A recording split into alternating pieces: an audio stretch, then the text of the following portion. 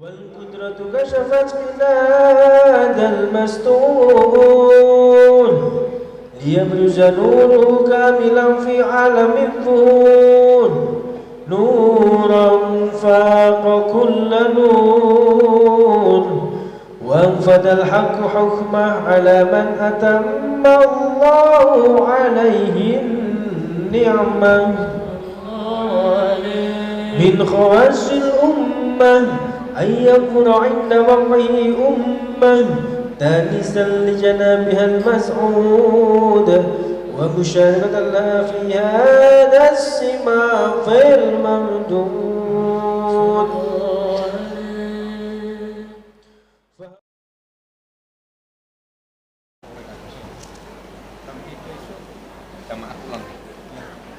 Assalamualaikum warahmatullahi wabarakatuh.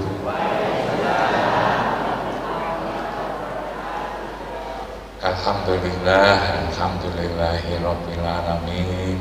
Wassalatu wassalamu ala asrofil anbiya'i wal mursalin Sayyidina wa maulana Muhammadin wa ala alihi wa sahbihi ajmain. Amma ba'du, yang saya hormati, yang dimuliakan Abah Radio bersama semua keluarga, para alim, para ulama, para kiai, habib, barokah, ibu-ibu, bapak-bapak, semuanya yang berbahagia. Kita banyak bersyukur kepada Allah atas anugerahnya kita berada di sini dalam keadaan sehat. Sholawat dan salam kita persembahkan ke hadapan ikutan kita Muhammad Rasulullah Sallallahu Alaihi Wasallam yang telah mengeluarkan umatnya dari kegelapan kepada yang terang benderang, minat dulumat ilan nur, dari keadaan gelap kepada keadaan yang penuh cahaya, petunjuk hidayah, sebagaimana yang kita rasakan selama ini. Sungguh senang, saya bergembira dan juga bersyukur. Sejak dulu saya diajak oleh Abah Radio ke sini untuk ngaji. Jamaahnya ini tetap. Ibu-ibu ini sejak dulu ya sekian, tidak pernah berkurang. Bapak-bapak sejak dulu ya seperti ini. Alhamdulillah tidak berkurang, bertambah, menyenangkan sekali. Lebih-lebih saya senang ini karena ibu-ibu ini. Ibu-ibu ini jumlahnya banyak. Kalau ibu-ibu itu suka ngaji, Abah Radio, kehidupan ini sudah aman sebetulnya. Karena kehidupan di keluarga, di rumah tangga, di RT, di RW, di kota, di negara ini, sejak zaman dulu, itu kalau ibu-ibunya suka ngaji dan bagus, maka baguslah rumah tangga, keluarga, dan negara itu. Jadi ibu ini sesungguhnya penentu kebahagiaan, kedamaian keluarga itu ya ibu ini. Baru menjadi masalah kalau ibu itu males ngaji. Kalau yang males ngaji bapak-bapak itu sebetulnya tidak banyak ngaruh. Walaupun bapak-bapak seharusnya juga ngaji. Tapi misalnya bapak-bapak jumlahnya banyak, ibu tidak ada yang ikut ngaji atau sedikit, itu akan bermasalah sepanjang zaman. Penentu itu adalah ibu. Ibu itu harus baik, dan untuk baik itu harus ngaji. Kalau ibunya baik, walaupun bapaknya nakal. Di dunia ini ada orang yang paling nakal. Kalau nakalnya orang yang ada di Malang ini belum seberapa. Orang yang paling nakal yang diabadikan di dalam Quran itu namanya Fir'aun. Fir'aun itu paling nakal. Pernah itu rakyatnya yang melahirkan anak laki-laki itu disuruh bunuh. Yang lahir laki-laki disuruh bunuh, khawatir kalau besar nanti bisa ngancam dirinya, disuruh bunuh, saking nakal ini. Tapi Fir'aun itu punya istri yang solehah, namanya Asia. Istri Fir'aun itu suka ngaji, kayak begitu, namanya Asia. Sekalipun Fir'aun itu orang yang jahat, orang yang nakal kayak begitu, karena punya istri solehah, maka Musa selamat. Musa itu selamat karena Fir'aun yang nakal, yang jahat itu punya istri yang solehah. Begitu juga sebaliknya, ada namanya Nabi Nuh, ada namanya Nabi Lut. Nuh dan Lut itu kan seorang nabi, seorang rasul. Kurang bagus apa? Beliau masuk dijaga agar tidak berdosa oleh Allah itu. Tapi karena punya istri jahat, istrinya Nuh itu jahat, istrinya Lut itu juga tidak beres, maka kehidupan ini jadi rusak. Akhirnya Nabi Nuh itu ditenggelamkan, anak-anaknya itu Kan'an itu ditenggelamkan. Nabi Lut istrinya jahat, akhirnya dikasih hujan batu sehingga penduduk itu mati semua bergelimpahan. Kenapa? Karena istrinya tidak beres, istrinya tidak taat. Sekalipun suaminya seorang rasul, seorang nabi, kalau istrinya itu jahat, maka tatanan kehidupan ini rusak semua itu. Karena itu kita syukuri apa radio itu. Ibu-ibu ini rajin ngaji ini, maka bisa dipastikan kehidupan ini akan menjadi bagus. Gara-gara ibunya suka ngaji.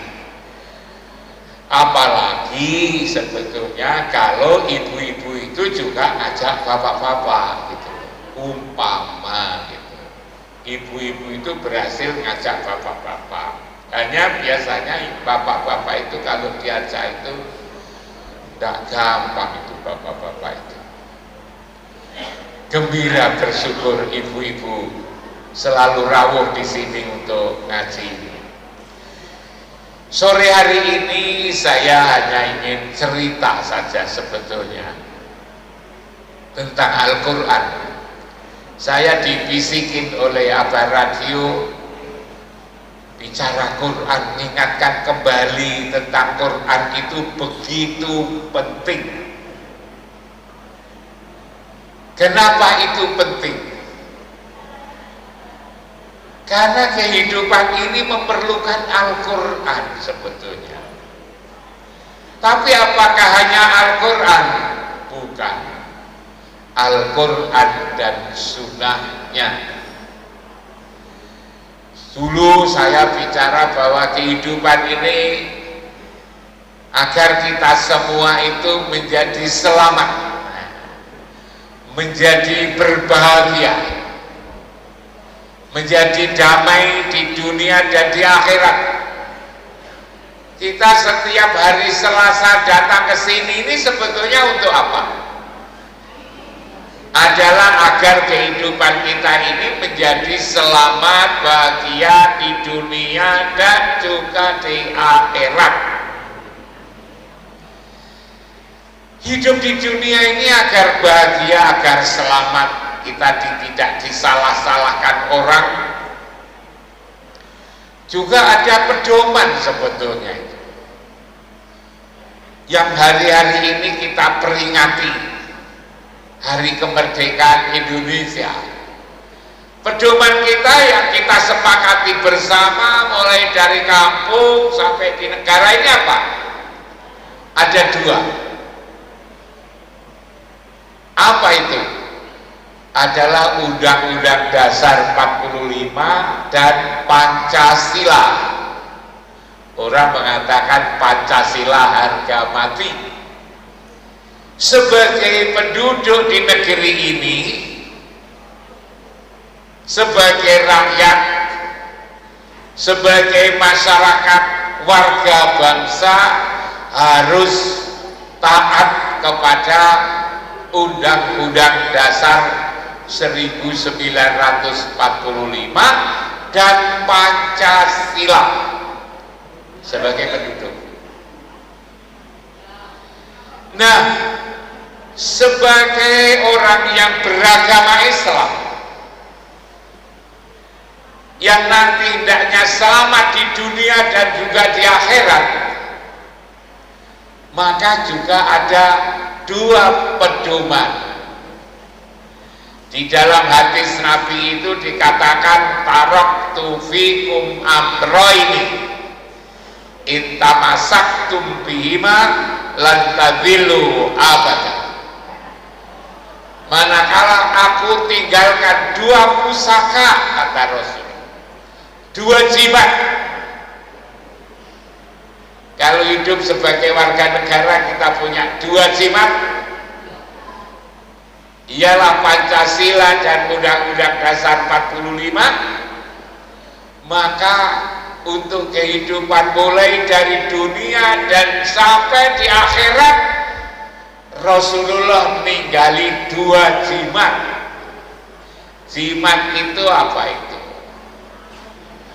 Siji, tapi harus di rumah. Apa itu? Kitab Allah wa sunnata rasulihi. Kalau sebagai seorang muslim kita ini punya dua jimat, ialah Al-Quran, disebut kitab Allah, wa sunnata rasulihi, dan sunnahnya Rasul. Nanti saya diberitahu oleh Habib Barokah Haji supaya pakai apa itu namanya itu dia bilang ini sunnah Rasul. Sunnah Rasul ya sederhana tetapi ini penting sebetulnya. Nah, saya tidak bicara jimat hidup di dunia sebagai warga negara, ialah Undang-Undang Dasar 45 dan Pancasila. Saya ingin ngajak bicara ibu-ibu untuk mengingat jimat yang harus dipegangi, dirawat. Ini akan menjadi bekal di dunia dan di akhirat. Apa itu? Kitab Allah adalah Al-Quran dan Sunnah Rasul.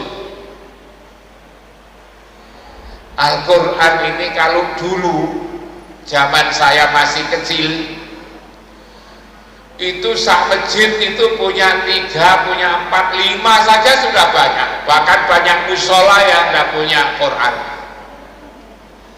Sekarang ini Quran itu ada di mana-mana. Di masjid itu tidak hanya 5 sampai 10, sampai umpama seluruh jamaah itu maca kabeh, itu Quran itu ada. Tidak saja itu yang ditulis di kertas Quran ini, tapi di HP kita ini, HP kita ini juga sudah ngapalin Quran. Al-Quran bisa kita baca di masing-masing HP kita itu. Maka ibu-ibu dan bapak sekalian, kalau dulu susahnya setengah mati nyari Quran karena tidak punya uang, atau kalau punya uang membeli juga belum tentu ada di toko, sekarang ini Quran itu sudah begitu banyak. Lalu apa Quran itu? Untuk apa? Itu tadi, jimat itu harus dirawat. Cara merawatnya itu gimana? Cara merawatnya itu dibaca.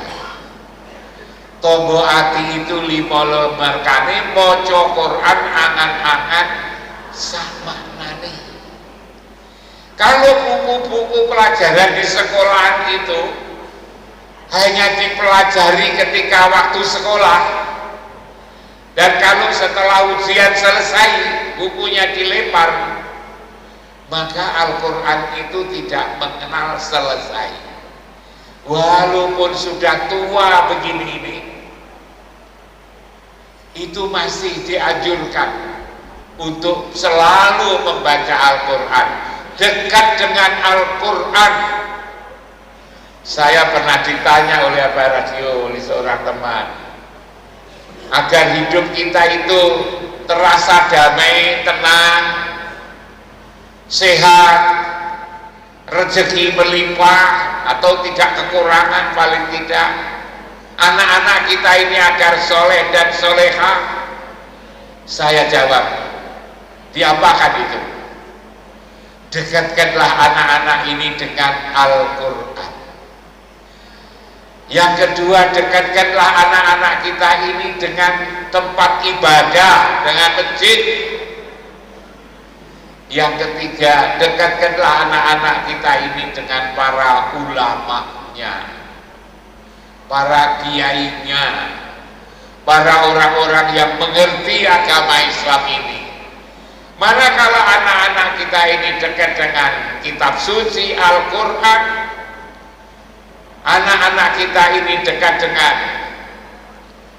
tempat ibadah masjid, anak-anak kita ini dekat dengan para ulamanya, kiainya, maka insya Allah kehidupan kita ini akan jadi damai.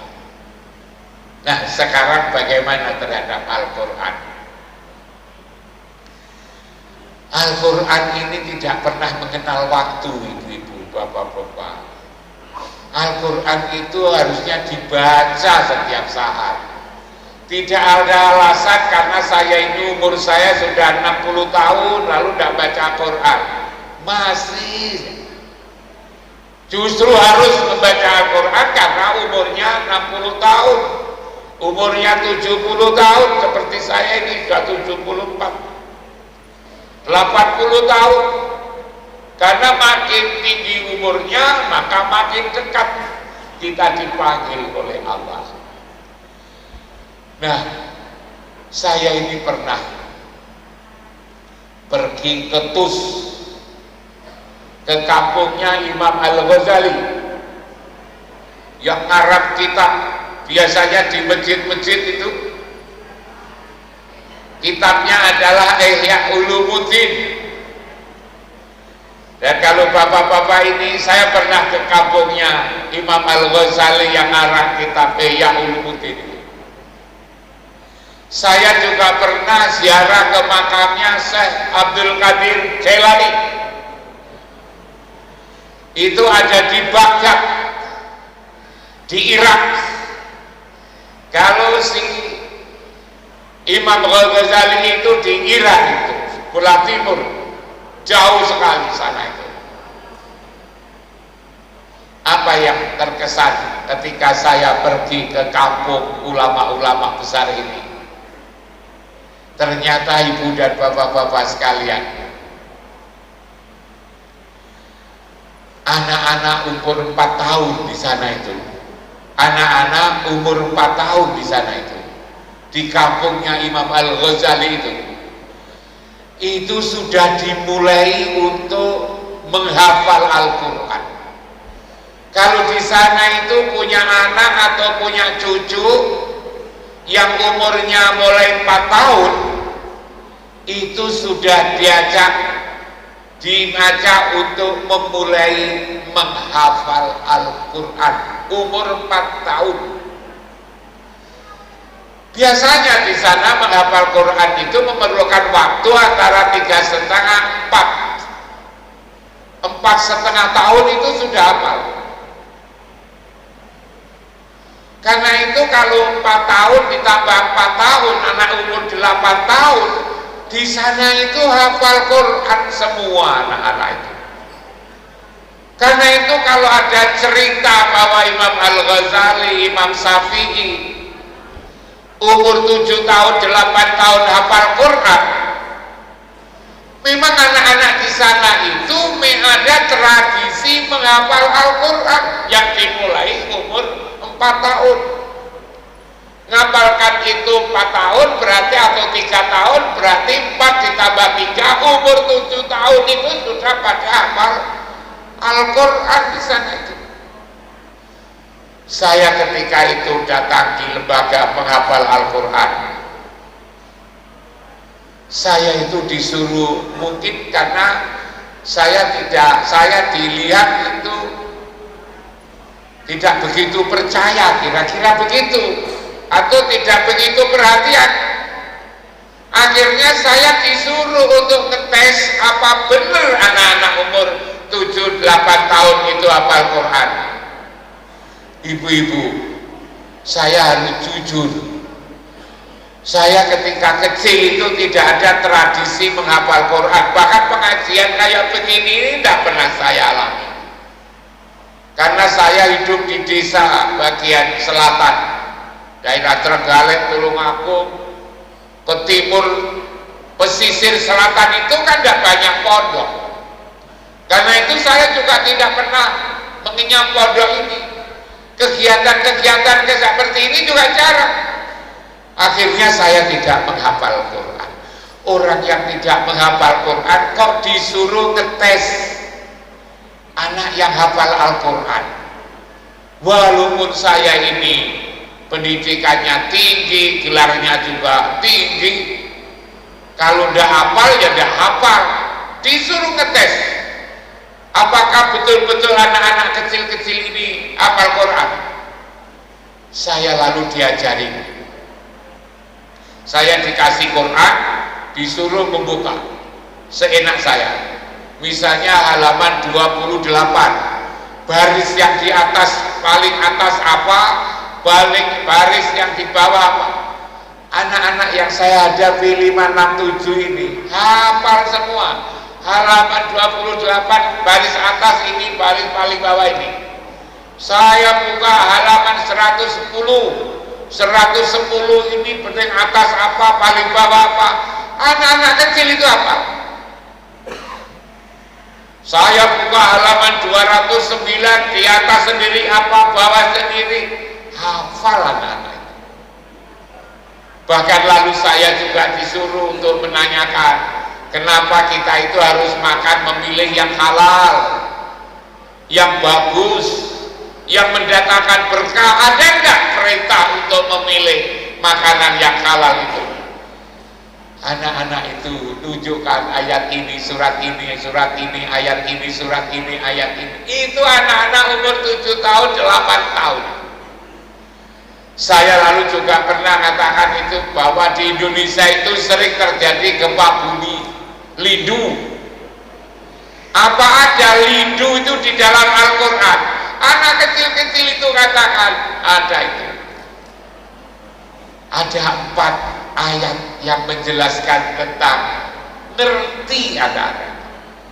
Jadi ibu dan bapak sekalian, sebetulnya untuk bisa menghafal Al-Quran, tidak menghafal itu bukan karena kita itu dari keturunan,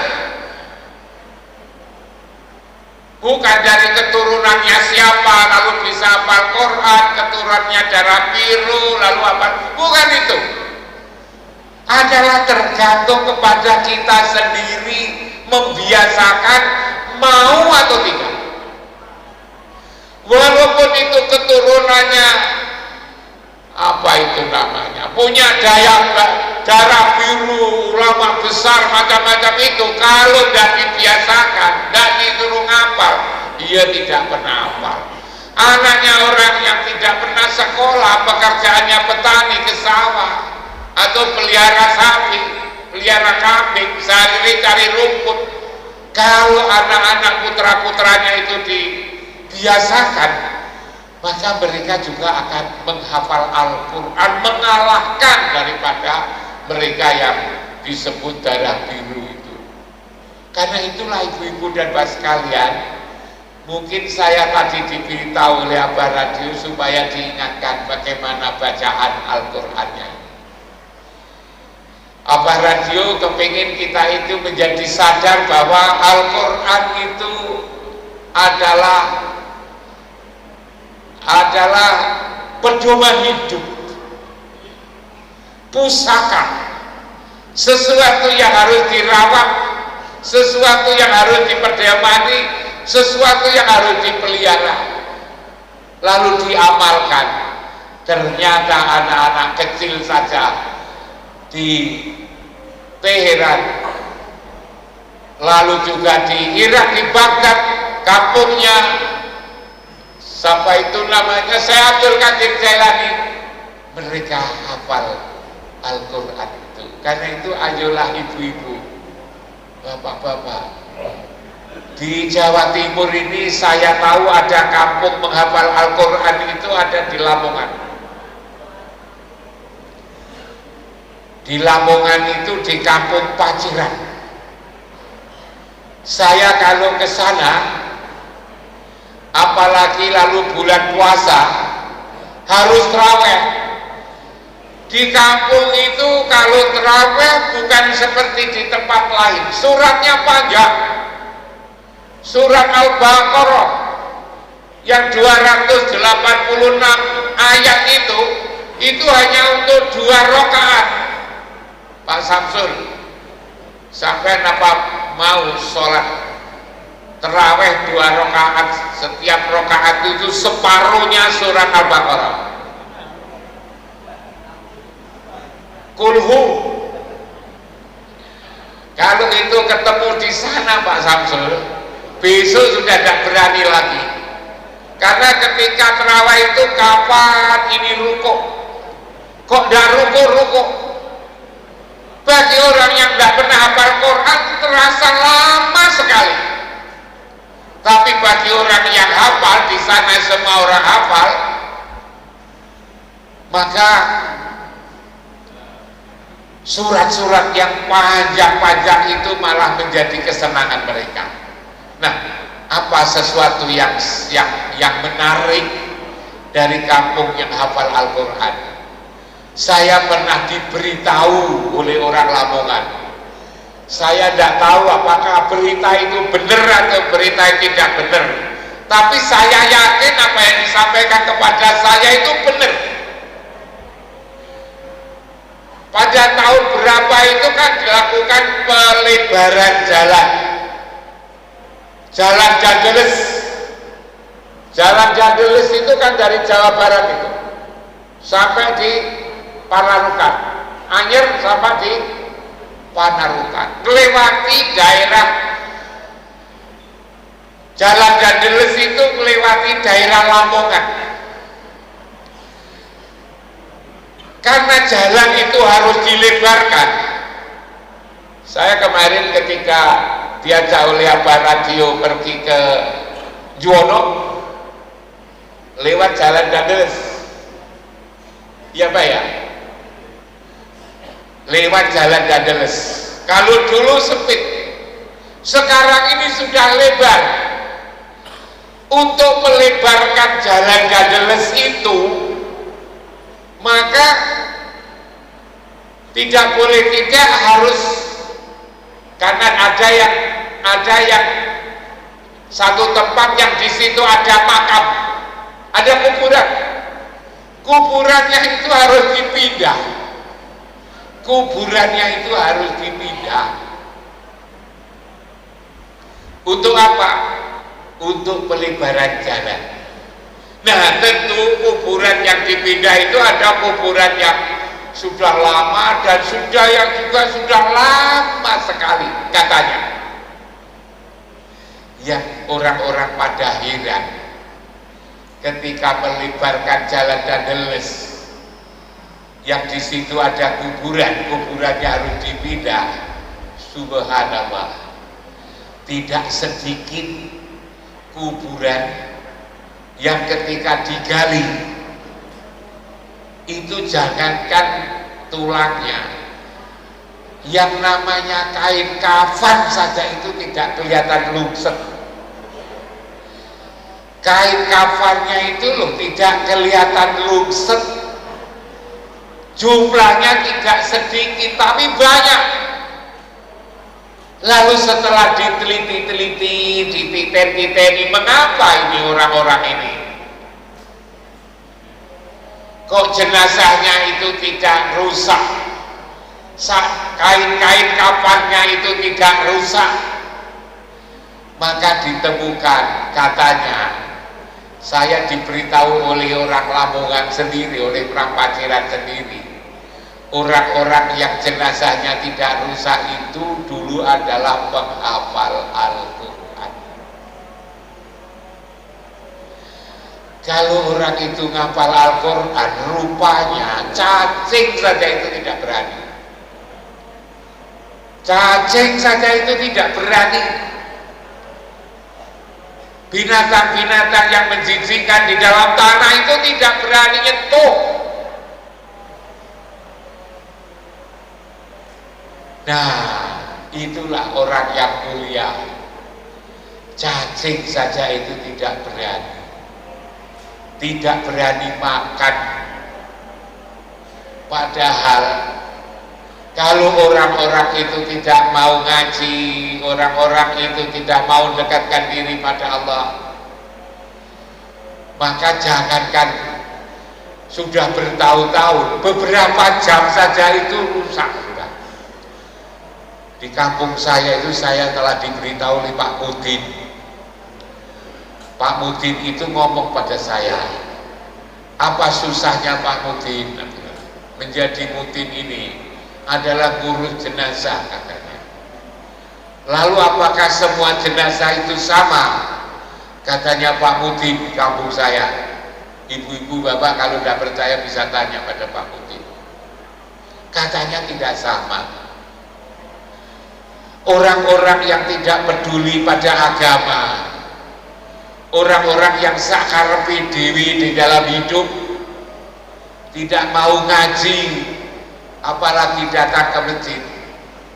Pak Mudin ngomong, karena siapa saja harus dilayani oleh Pak Mudin. Pak Mudin pesan, tolong kalau ada orang meninggal segera saya diberitahu. Untuk apa? Agar Pak Mudin itu segera untuk memandikan, mengafani, lalu menyolatkan dan selesai. Mengapa Pak Mudin pesan seperti itu? Katanya jenazah manusia itu, kalau manusianya itu tidak beres, cepat lebih membusuk lebih cepat. 2 jam 3 jam saja itu sudah berbau, katanya. 2 jam 3 jam saja berbau, masih lebih tahan belalang, katanya. Belalang gangsir itu sampai sore tidak berbau. Tapi kalau jenazah manusia ini, manusia-manusia yang tidak ingat Allah dan Rasul, tidak berusaha untuk mengenal Allah dan Rasul, 3 jam saja sudah berbau. Padahal kalau kita bandingkan dengan yang hafal Quran, bertahun-tahun jenazahnya tidak dimakan oleh cacing. Tidak saja jenazahnya, yang namanya kain kafannya saja itu tidak lungset. Karena itu ibu dan bapak sekalian, untuk agar kita itu menjadi mulia, untuk kita ini menjadi mulia, maka ayolah mumpung umur itu masih ada di badan kita ini, kita masih dikasih waktu oleh Allah untuk ngaji seperti ini, untuk hidup seperti ini. Ayolah, walaupun 1 hari 1 ayat kita baca, syukur kalau kita pahami maknanya. dimulai dari surat Al-Baqarah atau dimulai dari belakang surat An-Nas, lalu surat yang lain-lain sampai nanti kisah khatam Al-Quran sebelum kita ini ditimbalin oleh Allah dan Rasulnya. Ini ibu dan bapak sekalian, Al-Quran ternyata begitu penting. Kita mengatakan bahwa orang yang mulia itu adalah orang yang keturunannya darah biru. Orang yang mulia itu adalah orang yang kaya raya. Orang yang mulia itu adalah orang yang pinter. Ia jabatannya tinggi. Memang untuk di dunia ini penting, di dunia ini. Tapi sebetulnya yang lebih penting daripada itu, yang menjadikan kita itu selamat dunia dan akhirat, taraktu fikum amraini in tamassaktum bihima lan tadillu abadan. Kitab Allah wa sunnata rasulih, aku tinggalkan dua pusaka abadi. Manakala engkau selalu berpegang teguh kepada dua pusaka ini, kau akan menjadi selamat selama-lamanya. Apa itu? Al-Quran dan Sunnahnya. Ini ibu-ibu dan bapak sekalian, sesuatu yang kadang-kadang tidak kita pedulikan, tetapi ini betapa penting, betapa pentingnya, betapa bahagianya ibu-ibu, bapak-bapak, ketika kita setelah menjalani hidup di dunia ini kelak persis seperti yang saya ceritakan di Lamongan, di Paciran sana itu. Tubuh kita ketika kita di makam dikuburkan itu, jangankan hanya 3-4 jam seperti ceritanya Pak Mutin, sampai bertahun-tahun jenazahnya itu masih utuh, menjadi mulia gara-gara Al-Quran ini. Lalu bagaimana setelah kita selalu belajar? Tentu kita amalkan, ibu-ibu dan bapak sekalian, tentu kita amalkan. Bagaimana mengamalkannya? Semampu kita. Kalau kita mampu 1 ya 1, mampu 2 ya 2, mampu 3 ya 3, mau 4 ya 4. Saya ini dulu kabar radio, ayah saya ini kiai, tapi kiai kecil-kecilan, kiai kampung, kiai desa. Katanya ngajinya itu dulu di Begelen. Begelen itu baratnya Jogja, itu ada pesantren tua. Rumah saya Trenggalek, ayah saya kalau mondok katanya itu di Begelen, baratnya Jogja. Naik apa? Naik sepur keluduk. Sepur keluduk itu kereta api yang ketika jelek banget guys, ketika maju mundur maneh, maju sedikit mundur maneh. Sepur keluduk zaman dulu. Ayah saya punya teman di Tulungagung. Jadi anak-anak masih kecil itu dulu berdua dari Tulungagung dan dari Trenggalek janjian di mana itu stasiun Tulungagung, naik kereta ke Begelen. Kebetulan zaman dulu itu yang banyak kan orang miskin. Kakek saya juga termasuk yang miskin itu. Kalau dulu mondok itu tidak lalu dikasih kartu kredit, tabungan, bukan, katanya ayah saya itu. Apa sakunya? Karak. Karak itu apa? Karak itu akik beras nasi yang sudah dikeringkan. Nanti nyampe di sana ngaji, waktunya makan, ambil sedikit dikasih air panas sudah bisa dimakan. Seperti itu. Saya tanya pada ayah saya, berapa lama bah dulu ngajinya di Begelen itu, yang naik kereta api keluduk itu? Ya santai karak. Ngajinya lalu tidak 1 tahun, 2 tahun, narjetkan 5 tahun, bukan begitu. Zaman dulu santai karak, lek karak kita pulang. Nanti kalau di rumah masih ada karak lagi, dia kembali lagi ke pondok berdua. Yang dari Trenggalek kakak saya itu, ayah saya itu, lalu temannya itu di Tulungagung. Subhanallah, inilah Pak Radio selalu bilang berkah-berkah itu. Ternyata ayah saya yang sekolahnya sangunya karak itu punya anak, diantaranya saya. Kenapa saya mengatakan diantaranya? Karena ayah saya itu anaknya banyak. Saya seringkali ditanya oleh ayah saya, Pak Imam itu anak nomor berapa? Gitu kan. Tak bilang anak nomor 8. Ketika saya nyebut angka 8, dikira saya ini anak rakil. Padahal adik saya juga 8. Saya anak nomor 8, adik saya itu juga 8, 16. Yang 8 laki-laki, yang 8 itu perempuan. Cara ngaji, orang tua saya yang ngajinya berangkatnya tidak naik pesawat, tidak naik mobil yang bagus, naik sepur keluduk, mungkin juga tidak bayar, tidak ditagih. Ternyata anaknya ialah saya ini pernah menjadi rektor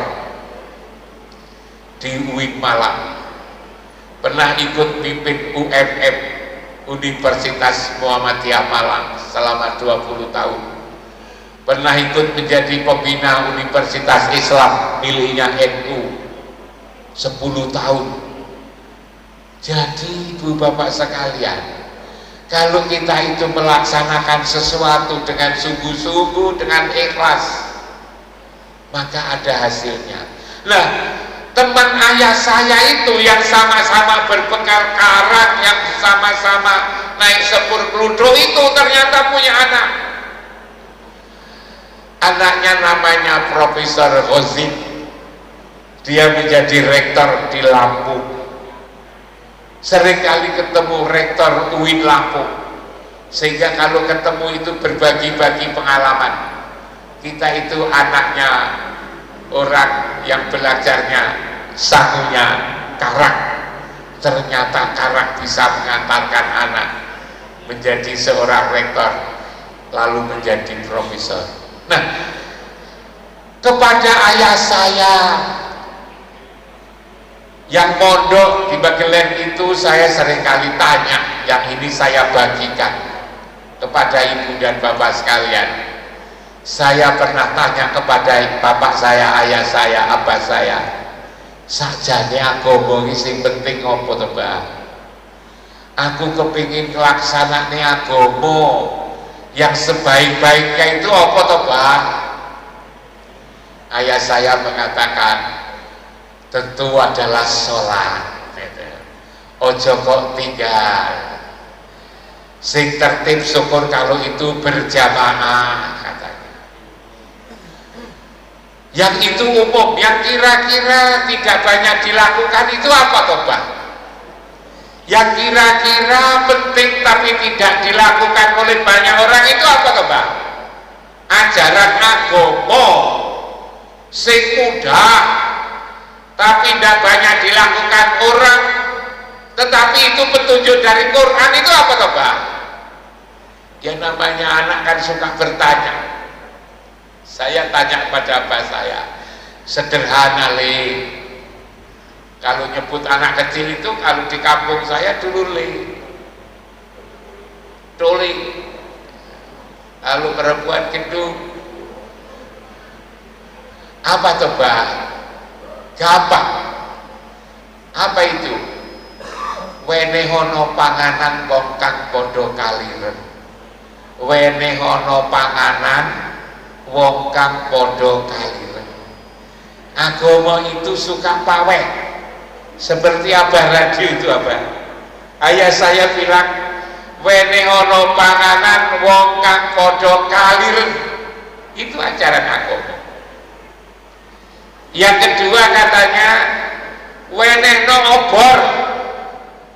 Lalu sekarang kan ada lampu kayak gini. Kalau dulu obor itu belarang lalu ditali lalu itu obor. Wene ono obor wong kang padha kepetengan. Obor wong kang padha kepetengan. Lalu dulu kan tidak ada listrik. Jika tak jalan itu gelap. Ada kepetengan karo obor. Wene ono teken wong kang padha muto katanya. Wene ono teken wong kang padha muto. Wene ono panganan wong kang padha kaliren. Wene ono obor wong kang padha kepetengan. Kepeteng itu gelap. Wene ono teken wong kang muto.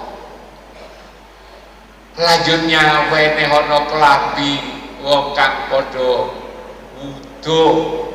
Ngeno klambi. Saya tadi cerita sama si Abah Radio. Orang bersyukur itu berat, Abah Radio. Tidak mesti orang yang pangkatnya dhuwur, pendidikannya tinggi, jabatan tinggi bersyukur. Kadang-kadang justru wong pinter, wong sugih, wong jabatan tinggi itu untuk bersyukur, berterima kasih itu sulit. Saya cerita sama Pak Radio, kan di rumah saya ada masjid. Suatu ketika hujan-hujan, ada orang stres, orang gila.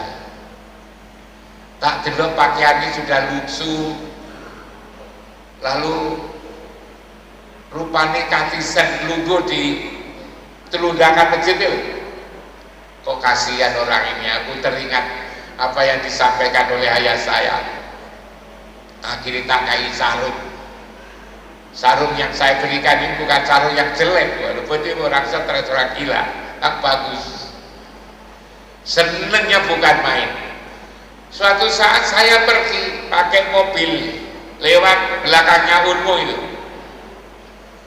jendela saya itu saya buka, kok ternyata orang gila itu berdiri di pinggir jalan.